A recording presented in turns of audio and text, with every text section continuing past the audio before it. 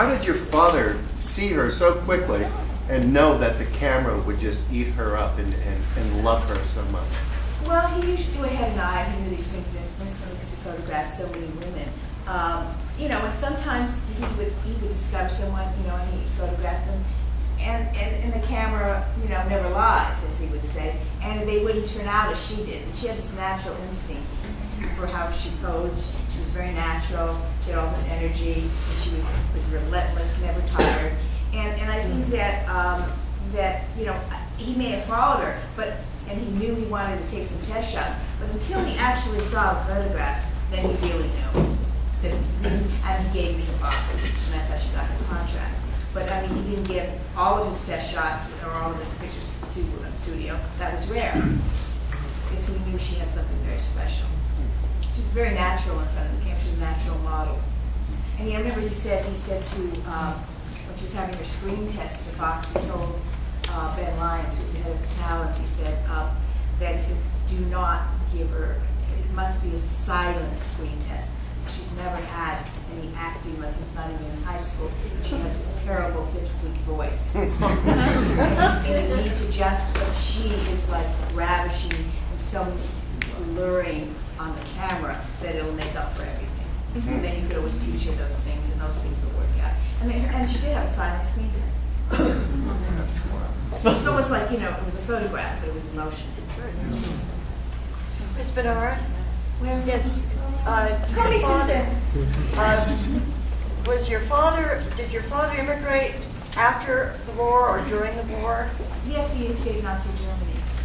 Yeah, he came in 37, but you know, Hitler was already there in 32. Hitler was always there, you know, and he was lurking around, and you know, yeah. And his sister went to Ecuador, Quito, Ecuador. His brother went to Israel, and the rest of most of the family was killed. You know, it was like 30 cousins. It was a huge family with many brothers, uncles, and aunts, and they were all killed by the Holocaust. And in the camps, and his sister was killed, and her baby, and her husband. And so he was also part of the underground Jewish youth movement, where he actually got people out of Berlin and saved them. And that's how, when he got on the Gestapo list, they tipped him off. He would have been dead if he was anybody else. They tipped him off because he had done all this, you know, decent work for all these people. And that's how he got a special to get out, you know, an underground passport, and it was a way of, and it certainly wasn't because he had a lot of money and he could pay for it. It was, you know, and he also, because he had a doctorate in criminal law, so he helped them, all these people, get out. You know, even though he couldn't use his legal profession professionally in Berlin, he was able to use it in the underground movement. So, I wonder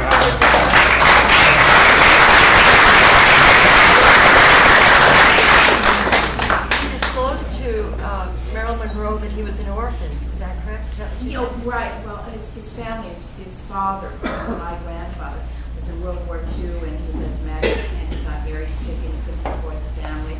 When he got, and, you know, they didn't care. You know, a lot of the World War I, you know, there was no kind of help for them after when they came home, and they were very poor. And his mother was sick. She had varicose veins, and she was very ill all the time. And they had 4 children, and you know, they barely could eat. They didn't have anything. So the social workers literally came and took them and split them into different orphanages.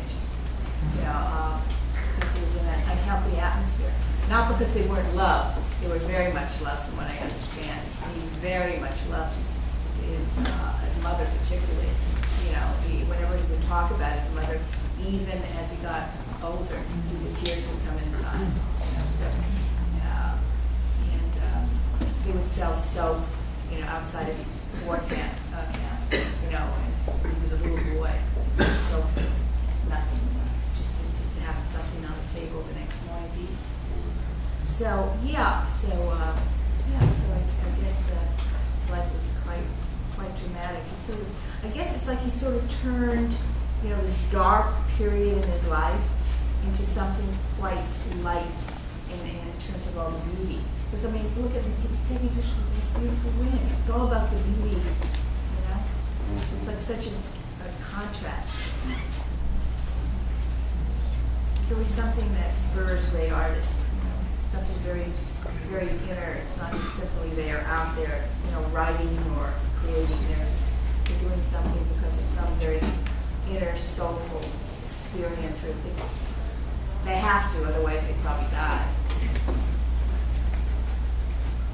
You know how much truth there is to that story that Joe DiMaggio divorced her because he was so outraged about her dress blowing up in that? Oh, I don't think one thing, obviously he ran off the set when that happened because he was embarrassed, but it had been going on. No one thing ever ends a relationship. I think we all know that.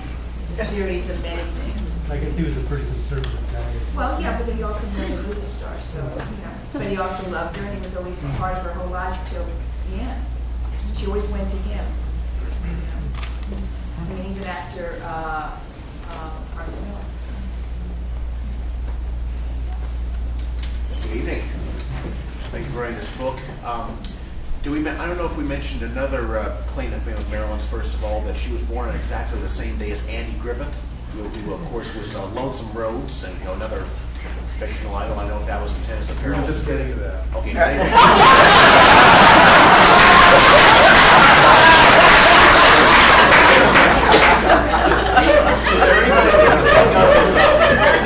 Where Marilyn left off, because I've noticed that there are several people, Madonna obviously, who was born just like 4 years before Marilyn passed away, and Brooke Shields, old friend of Don's, who was born just 3 years afterwards, and 2 years after that came the late great Anna Nicole Smith. I've noticed that a lot of them have many of the same qualities, star qualities, if you will, that made Marilyn such a legend. And I was wondering if there's anybody who is, you think of this quote, the next Marilyn, who is it?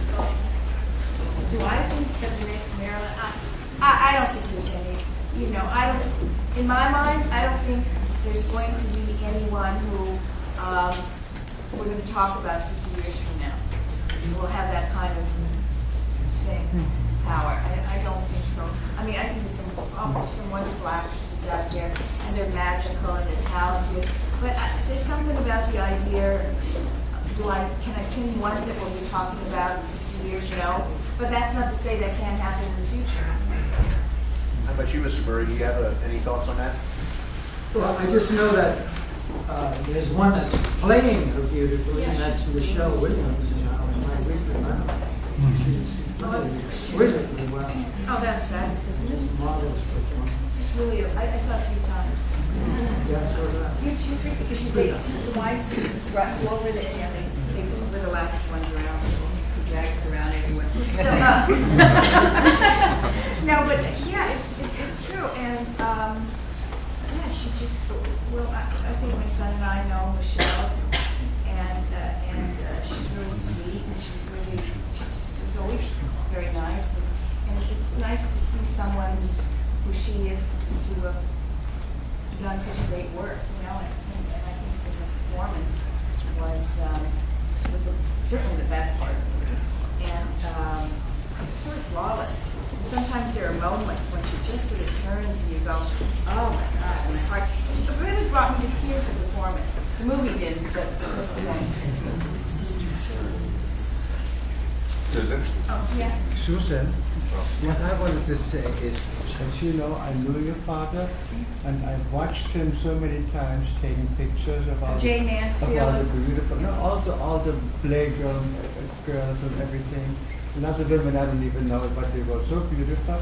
And he was very professional, and it felt very relaxed around him.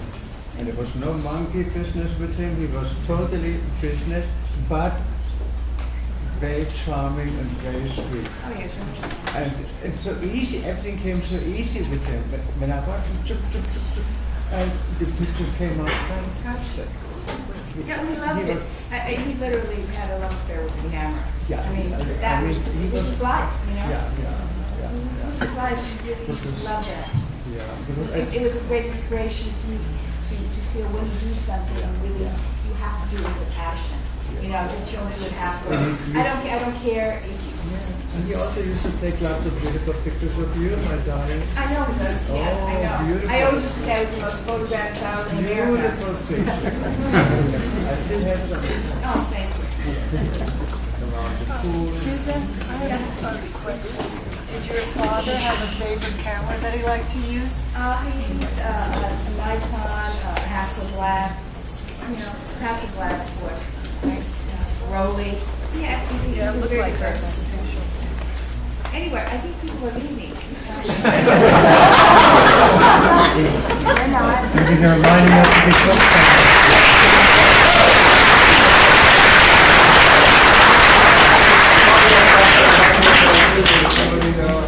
Speaking of odd circumstances, what happened the day you got married to your second wife?